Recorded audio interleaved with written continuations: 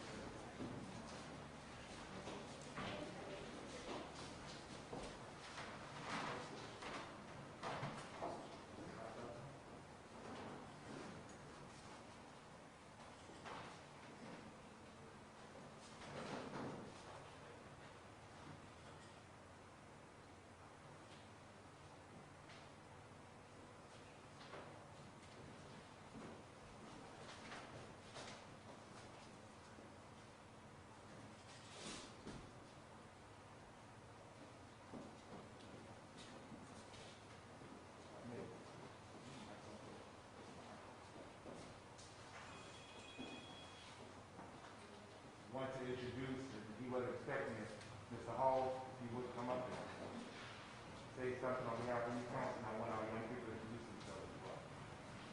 Thank you, Mr. Mayor. We have here our former secretary from class of 2020, Ms. Kennedy Hunter. We also have a member, Mr. Shaheen Newton, and our former president from class of 2020, Ms. Nevaeh Gadsden, and Mr. Leroy Stanley IV. We would like to thank T-Mobile for taking the opportunity and reaching out to us, and literally it happened with an email and a phone call, and they said, we love what you're doing here in Savannah, and we want to donate $5,000, and like the mayor said, we readily accepted. And that's all I have to say. We're really excited about it.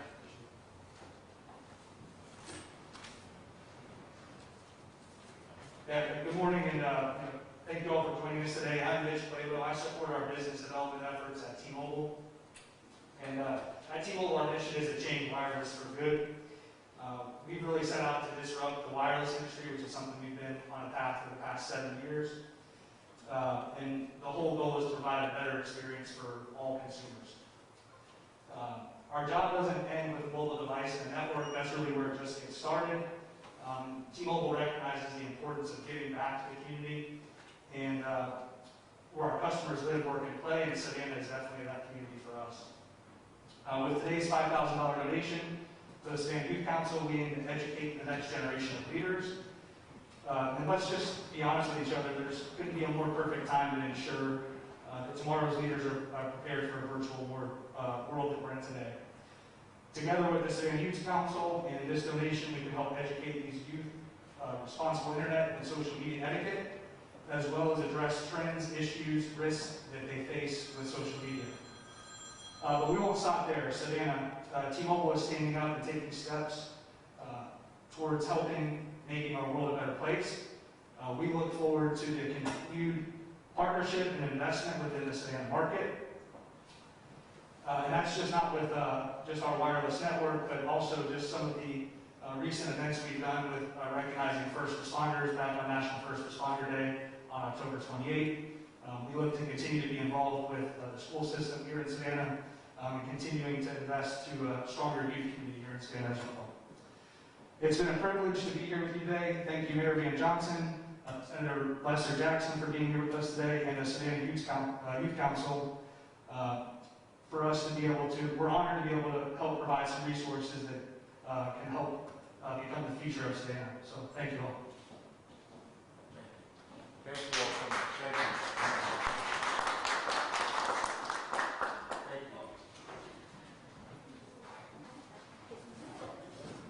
Thank you.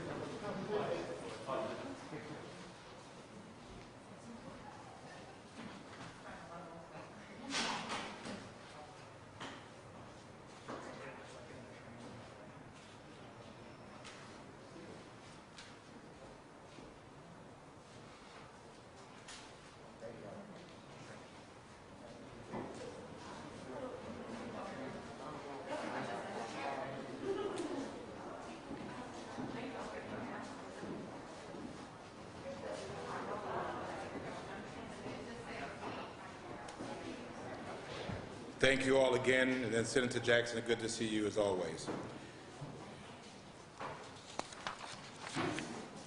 Thank you, Mitch. Thank you, T-Mobile. I'm glad to be a customer, particularly when you see the type of support and investment in Savannah's young people. So on one end of the spectrum, we celebrate our young people, but again, this week I express my concern for young people in our city that are involved in activities that involve guns. In what is a continuing and disturbing nationwide trend, gunshots continue to ring out across our city, most often directed and most often targeted. More specifically, between January the 1st of this year and October the 31st, there has been a total of 109 incidents that resulted in injury. These 109 incidents account for 118 victims. 27 incidents were accidental, meaning there was no intent. Between January the 1st, 2020 and October 31st, 2020, October 31st, 2020, there have been a total of 101 incidents that resulted in injury. And these incidents accounted for 111 victims. 16 were accidental, no intent. Compared to 2019, the numbers of victims have increased by 6%. From January the 1st to November the 15th, homicides in 2020, we have 26 to date. This time last year, we've had 21, which is 5 people, a 24% increase. Our clearance rate is 62%, and we have 10 open cases at this point. 2 of these cases will be presented to a grand jury and may be deemed justifiable. For quite some time, our sheriff, with due caution for the staff, detainees, and inmates of the Chatham County Jail, have restricted entry to those who absolutely needed to be there. Since March, we have been under a statewide judicial emergency, which has brought our criminal justice system to a halt. That is now changing as the grand jury has reconvened. We also have an unacceptable number of victims and witnesses who refuse to cooperate with police, and we have no means to compel them to do so. They would prefer to adjudicate this matter in the streets, and so then we expect then to see retaliatory shootings. I continue to support and salute the work of the men and women of the Savannah Police Department and thank them for their diligence and professionalism. They have closed many of these cases within days, in some cases within hours, and I appreciate them. We see them, and we know that they're doing the work. Ultimately, particularly in cases where people are in close proximity to each other, in private residences, in hotel rooms, Those are things that police enforcement cannot do anything with. I think that we must do a better job of ensuring that people who choose to engage in those types of actions are off the streets. And only the community can help us to be able to do that. We also recognize that with this pandemic, everything has been changing, and so we're hoping, again, the restart of our criminal justice system will allow us to be in a position to see indictments coming, to see people prosecuted, and hopefully taking some of these shooters off of the streets. Ultimately, I think we have to use non-conventional methods that we've employed some before. I would like to work with the community to re-implement my gun buyback program, which was successful in a very short time. We had 35 some odd guns of all types off of the streets. And I would like to institute some type of interruption program which has proven successful in other cities, in which people in the communities are able to help quash things before they escalate. The City Council will discuss this disturbing trend further during our budget retreat on Thursday, and Chief Mentor will be there at that time. Nationally, the United States has seen a record number of coronavirus cases in the last week. The CDC has recorded more than 1 million COVID-19 cases in the last 7 days, and nationally, we've hit nearly 11 million in total cases. In Chatham County, our rolling 7-day average of new cases and our daily case rate per 100,000 are both up slightly from last week, from 28.14 to 35.71, and from 9.6 to 12.2 respectively. We have not seen a major spike right now, but we know that it's coming, and we want to do all we can to preempt it and stop it from happening. So again, my clarion call has been and will continue to be to wash your hands, to watch your distance, and to wear a mask. Last week, the City Council ratified my renewed emergency order requiring face coverings and masks to be worn in the public in the City of Savannah during the COVID-19 public health emergency. This renewed order requires people within the City of Savannah to wear a mask or face covering when you're outdoors in any public right-of-way within the city, when you're conducting or participating in guided tours on foot or in a bicycle, vehicles, cars, trolleys, buses, quadricycles, scooters, low-speed vehicles, boats, carriages, and pedicabs. I think we've covered it all. When employees of all restaurants, retail stores, salons, grocery stores, and pharmacies in the city have face-to-face interaction with the public.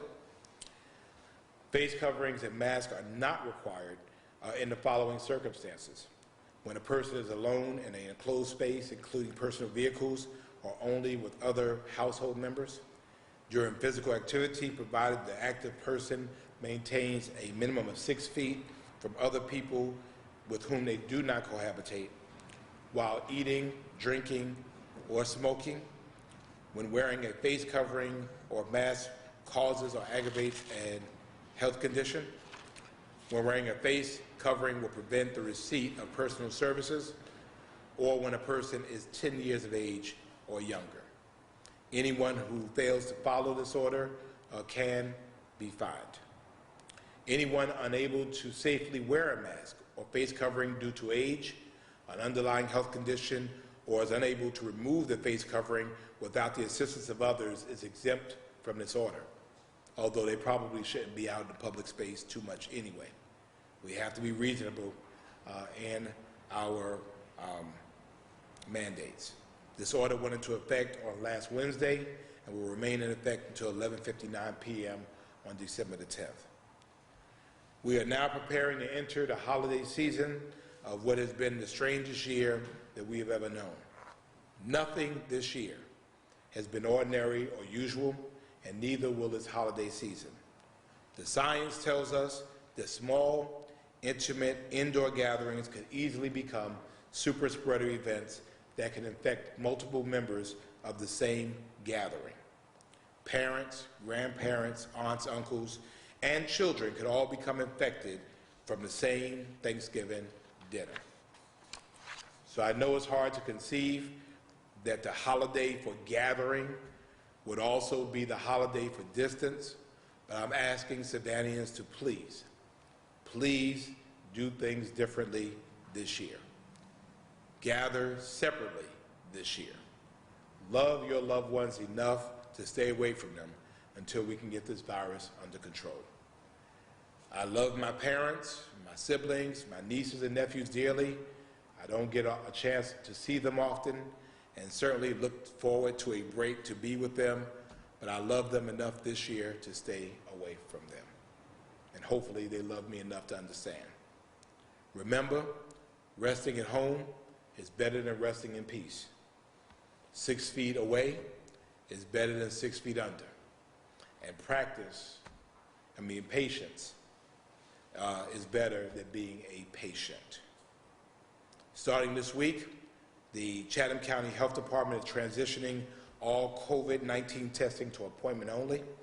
You can make an appointment online at covid19.dph.ga.gov, covid19.dph.ga.gov, or by calling 912-230-9744, Monday through Friday from 8 a.m. to 5 o'clock p.m. and on Saturdays from 8:30 to noon. More than 1,600 appointments will be available each week, which exceeds the current weekly average of 1,350 tests. The testing schedule at the Savannah Civic Center will not change, but it will be by appointment only. You can get a free test on Monday from 8:30 a.m. to 3:30 p.m. and Tuesday, Thursday, and Friday from 8:30 a.m. to 1 o'clock p.m. With the inspiring news regarding the success of clinical trials, I am happy that Savannah has played a critical role in this historic moment. Savannah's Meridian Clinical Research has performed hundreds of clinical trials over the past several years, including many vaccine trials. They are currently running trials for Moderna, Pfizer, Novavax, Merck, and Sanofi. The first 3 are fully enrolled, Moderna, Pfizer, and Novavax, and the last 2 are now starting. They have vaccinated over 1,000 volunteers to date in these trials, 1,000 Savannahans. And the results are now coming in and have exceeded all of their expectations with 90+% effectiveness and no serious adverse events reported. Why is that significant? Because the flu shot is probably about 70 to 80% effectiveness, and yet we're talking 90–95%. And this is significant because Meridian was chosen to give the first dose in the world of Moderna's phase 2 trial as an Essentio site and one of only 10. Meridian was also chosen to give the first dose in the world of Moderna's phase 3 trial. Our friend and Savannah's own Dawn Baker was the recipient of the first shot in the world. And Meridian was the top enroller of all of the sites. Meridian had an unusually strong and critically important ethnic participation and several thousand more volunteers than they could accommodate. The people of Savannah really stepped up, and their efforts and heroism have made a big difference. This was the largest and arguably the most important trial in the history of the world. 2020, Savannah, Georgia, in the world. So I thank and congratulate Meridian Clinical Research, Dr. Paul Bradley, and certainly our heroine, Dawn Baker, as we move closer to an approved vaccine. The Savannah City Council Budget Retreat is happening on this Thursday and Friday at the Johnny Mercer Theater at the Savannah Civic Center. The retreat starts at 9 o'clock both days. And so while this is the first budget of this administration, admittedly it is the most challenging, as 3 of our 4 major forms of revenue are significantly down, and we will be doing the best we can to maintain current service levels. There will also be socially distanced space available for anyone who would like to attend the meeting in person, and we will live stream the meeting on the city's Facebook page for those who want to participate virtually. The city is also hosting Zoom meetings about our 100% renewable energy resolution. The council passed this plan in March, and now we are gathering community input by district. District 5 Alderwoman Estella Chavez will host a meeting tonight at 6:00 p.m. You can register in advance to attend this Zoom meeting. You can find the registration links on the city's website, savannahga.gov, and social media pages. Last week marked the start of the public engagement process for Project Durin. If you could not attend or stream the meeting last Tuesday, you can learn more and submit comments through November the 23rd by following the link at savannahga.gov/Project Durin. savannahga.gov/Project Durin. This week, the City of Savannah will recognize Transgendered Awareness Week and Transgender Day of Remembrance. It is an annual observance on November the 20th that honors the memory of transgender people who lost their lives in acts of anti-transgender violence. As we here in the City of Savannah recognize the value of every human being and every single life, and we denounce hate and bigotry and violence against anyone, this will be the first year that Savannah will participate in this observance. On Thursday evening, Proud Savannah and the city will hold a vigil at 6:30 p.m. in the rotunda of City Hall. Due to social distancing requirements, this event will not be open to the public, but you can participate virtually by viewing the video on the Savannah's social media pages. On Friday, Proud Savannah will host a virtual panel discussion focused on topics important to Savannah's transgender community. And the event will be from 2 p.m. to 3 p.m., and you can watch it and participate live on Proud Savannah's Facebook page. And again, I want to thank Proud Savannah. I want to thank Pastor Candace Harnett and Proud Savannah who are hit the ground running, and they are working hard to improve relationships with our LGBT community, and I appreciate that. Don't forget about Georgia's Senate runoff election on January the 5th. As you know, both of Georgia's Senate seats are on the ballot. And this election is already seen to become nasty. And I'm just going to publicly say, people don't like that stuff. I mean, I just think, and my advice to all of those who are putting out ads, talk about how good you are. Don't talk about how bad somebody else is. I mean, I just think in a year of negativity, we have to start doing better and doing differently. And we've already learned from elections over the last year or so that negative ads don't work. They just don't. Talk about the stuff you've done. Try to rip down somebody else. I think it's a horrible example. We're trying to set for our children, hence why T-Mobile's initiative is so important. We got to be better. We have to be grown-ups. We have young people watching us, and they adopt a behavior that we say is acceptable. So let me get off my soapbox. But the deadline to register to vote is December the 7th, and for our young people, if you will be 18 years old by election day, you can register and vote. Go to registertovote.sos.ga.gov, registertovote.sos.ga.gov to fill out your registration form online. If you've already registered and want to request an absentee ballot, you could do so now at ballotrequest.sos.ga.gov, ballotrequest.sos.ga.gov. And I send shouts out to Secretary of State Brad Roethlisberger, who I just say, hey, do the job you're supposed to do. Be straight up. And that's all people can expect for you. Republican or Democrat or independent or libertarian, your job is to make sure you have a clear and consistent process, and I appreciate his transparency, despite what appears to be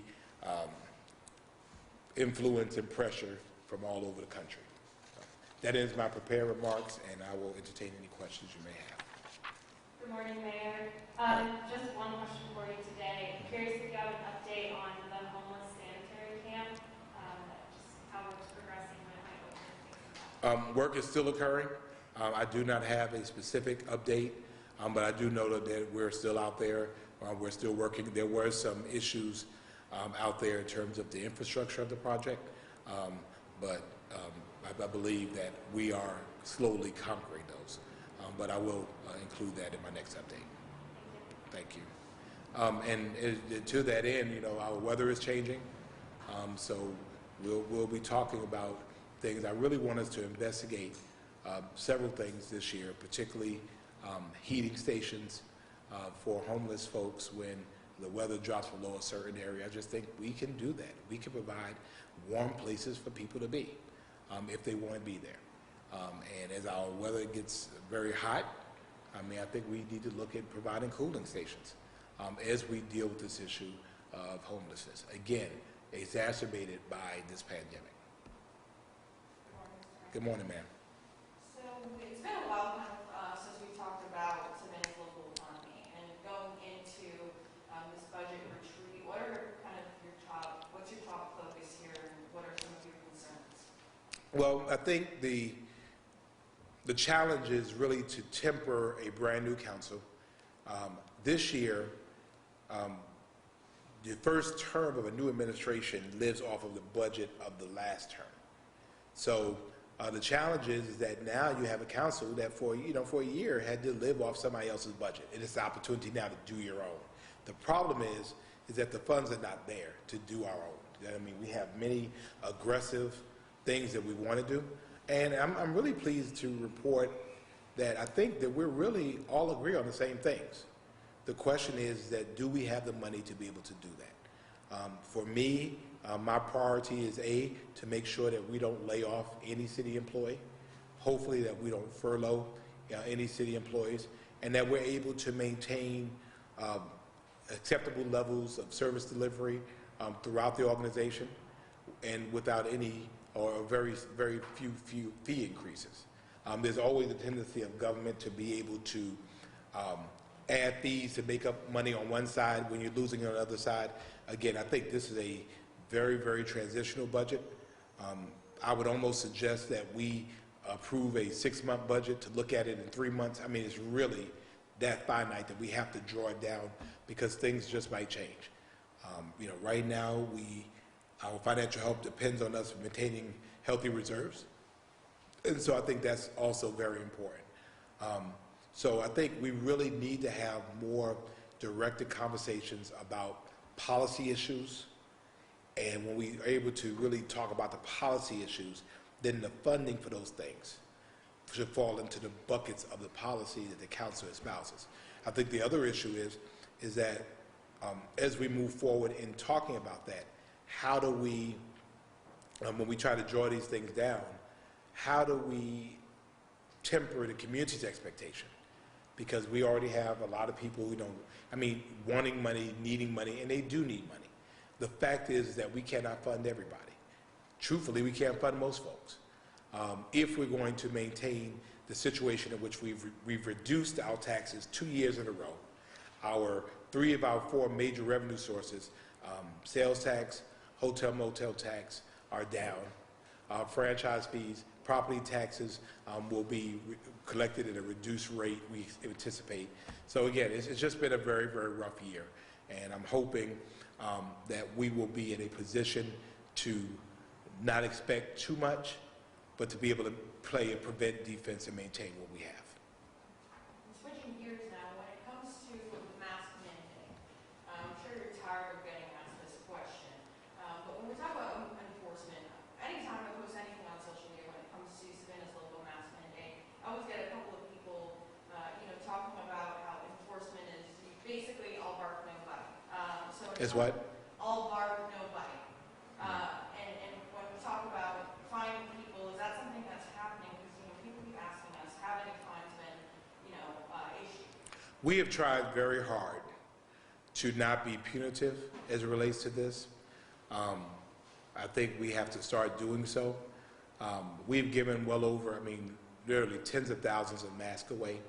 Our first step in enforcement is clearly stated in the order, was that we're going to offer you a mask.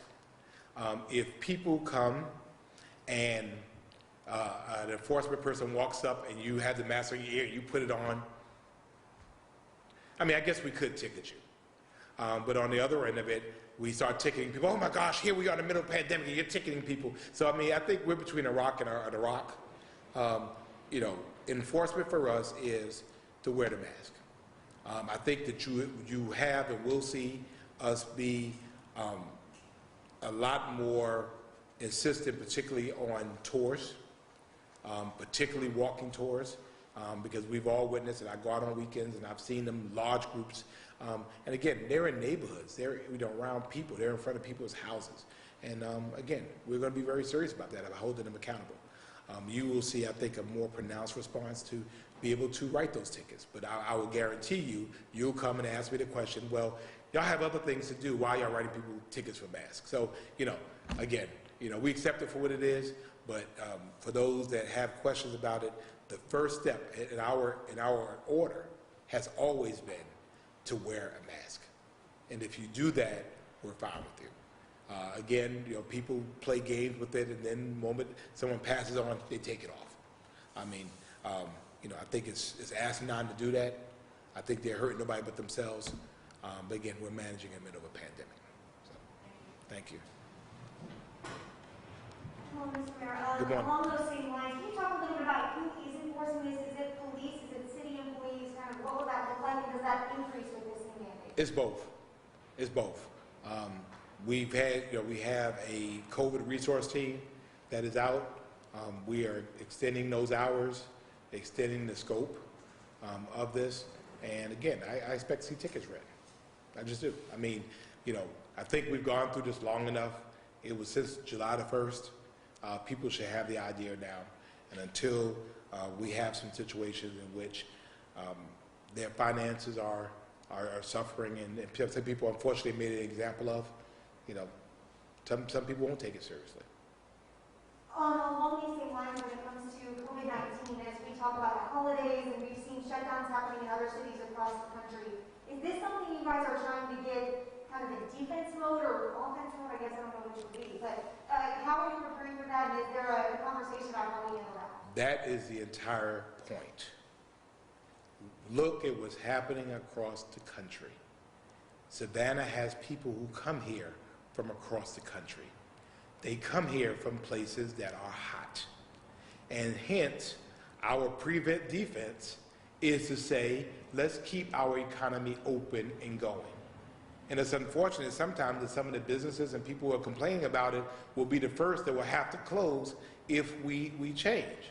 And again, I'm not beyond, you know, ordering it and taking my chances in court if I feel that the city's health is compromised. So, you know, again, if a simple act of wearing a mask, simple act of washing your hands, simple act of watching your distance is able to keep our economy open, businesses open, people working, if that's going to help us to do it and not become like other places, then why not do it? And I don't think people see the connection between the two. Because the same people sometimes that say, I'm not going to wear a mask, will be the same people will be laid off if their job closes because of a shutdown. You know, it's all connected. Good morning, Mr. Mayor. Good morning, ma'am. The problem with going last is that all of your questions get asked. My only question for you is, as more people, we just discussed it, are coming to Savannah, they're visiting, they're staying in hotels, spending money here, is the budget seeing any type of bounce back yet? I know obviously the funds are still going to be low compared to other years, but is there a sign of hope? Well, I think the benefit is, as I talk to mayors from across the country, our economy actually is doing a little better than most. And actually, everybody's not been doing bad during the pandemic. We've had some businesses here who've seen their best days ever during the last 9 months. That being said, hotel, motel tax, sales tax are collected, and then we don't receive that money for a couple of months. And so therefore, we don't know really how it affects us, which is why our budget has to be very conservative, and we're going to have to be in a position to come together several times during next year to amend the budget, to transfer as we need to make up for any loss or any unexpected gain.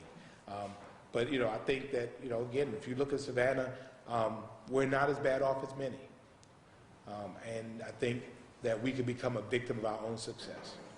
People are coming here. People are enjoying our city. We want them to be able to do that. There are businesses that are surviving because of that. But the fact of the matter is, if these businesses, I mean, I know the governor said, you know, businesses could decide if they want to or not. Well, the fact is, I mean, it's in their own interest for their employees that they say they care about to say that, hey, this is important enough to make sure that you're open. I'm sure if I go into a T-Mobile store, I'm sure all of them will wear a mask, right? See? Because they care about their employees. Employees first, then their customers. Thank you. Thank you. Anything else? Again, we want to thank T-Mobile and appreciate that. And I might want to upgrade my phone, so let's talk about that. And appreciate their investment in our young people. We'll continue pressing through. You know, it's been 9 months and we're still here. Again, we've had such a rough 2020. I think some of us want to go back and date 2019 again because it's been a year. But I think that for us, it has revealed us. You know, we're here in spite of 2020, and not because of 2020. We've shown how resilient we can be. We've shown how caring we can be, how community-minded we can be, what good neighbors we can be, how we pay attention to the least, the last, the lost.